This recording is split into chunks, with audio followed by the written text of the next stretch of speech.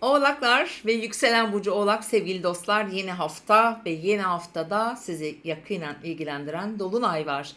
Ve bu yılın çok önemli bir dolunayı pazartesi gece saatlerinde, salıya geçtiğimiz saatlerde yaşanacak.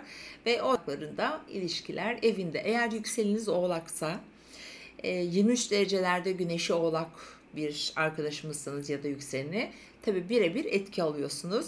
Mars tam karşınızdan geçiyor dolunayla birlikte ve Mars retro.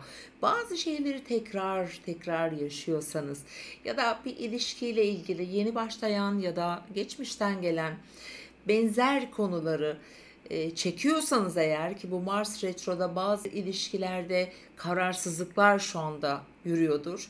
Belirsizlikler olabilir. Bir yandan iyi, bir yandan biraz toleranslı hani belki gidiyor olabilirsiniz. İş, ortaklı projeler, evlilik, eşle veya işte uzun süreli mesela bir hayat arkadaşınız da olabilir. Burada biraz kritik süreçler var. Şimdi haftanın ilk 2 günü dolunay etkili de çok güçlü olduğu için arada böyle bir mesafeler oluşabilir aslında. Hani böyle bir uzaklaşma söz konusu olabilir. Biraz hani çok yoğun duygular yaşatır. Sonrasında hafif böyle bir soğuma olabilir ve o soğuma iyidir.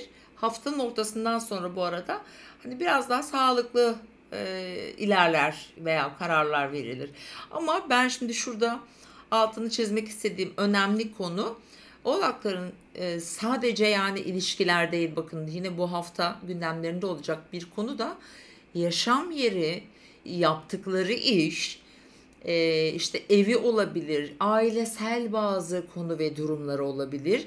Bunlar da gündeminde olacak. Yani bu dolunayla aslında birçok konunun sonuçlanabileceği ya da en azından daha belirgin ve net sonuçlar alacağınız bir süreç.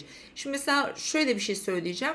Mars burada dolunayla beraber hem yani bir şeyi bağlıyor sanki. Mesela işinizi bağlıyor, yaşam yerinizi bağlıyor, sizin sosyal çevrenizi bağlıyor. Sanki önemli bir yerde arada kalmış bazı yüzleşmeler bekliyor. Belki bazı soru cevapları bekliyorsunuz ki bu hafta eğer doğum gününüzde varsa bu dolunaydan daha da çok etki alıyorsunuz ki mutlu yıllar, doğum gününüz kutlu olsun.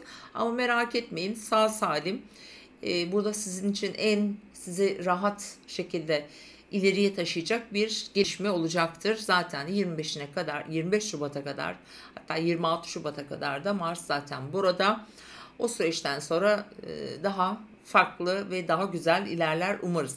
Ve bu hafta Venüs'ün Satürn'ün yine olumlu etkisini aslında ilişkiler eviniz alıyor. Evet. Ve diğer yandan sürpriz de bir açı var bu hafta ve bu Uranüs Güneş üçgeni hemen haftanın başında. Bazı sürprizler, hatta seyahat sürprizleri olabilir. Para ile ilgili böyle sürpriz ani gelişmeler olabilir hayatınızda. Sizi sevindirecek bazı flörtöz ilişkiler aniden hayatınıza girebilir. Bunlarla ilgili bazı sürprizler olabilir. Oğlakları gerçekten şaşırtacak, hatta biraz böyle bir afallatacak bir sürpriz gelişme haftanın dediğim gibi ilk günü olabilir. Hemen haftanın ikinci günden sonra zaten finans konularınız, yani fatura ödeme, banka işleri, hukuksal süreçler, evraklı resmi işler olabilir, sigorta, vergi vesaire. Bunlar gündeminizde olurken hafta sonuna doğru evet böyle bir küçük bir seyahat, bir gezi, biraz daha vizyoner düşünüyorsunuz. Uzun vadede belki de hayatınızı planladığınız bir kadersel bir etki bu arada cumartesi günü. Uzak hedeflerinizle ilgili orada bazı kararlar gelişebilir. Çünkü bu haftanın sonuna doğru Venüs'ün, Merkür'ün baktığım zaman çok güzel etkileşimleri var. Mesela çok güzel bir destek oluyorlar Oğlak burçları. Yakın çevrelerinden, yakın çevrenizdeki kadınlardan, e, yani maddi manevi çok destekleniyorsunuz. Yani sizi hiçbir zaman çok karamsar bir çukur içinde görmüyorum ben Oğlak burçlarını. Çünkü yorumlarda görüyorum bazı Oğlaklar yazıyor, şey yine mi şöyle yine. Hayır, sizin için çok kurtarıcı, destekleyici açılar var sevgili Oğlaklar. Yani güzel değerlendirin. Hemen hafta sonu son sözümde mesleki açıdan bir konuya imza atıp bir şeye karar veriyorsunuz diyorum. Bay bay diyorum. Kendinize iyi bakın.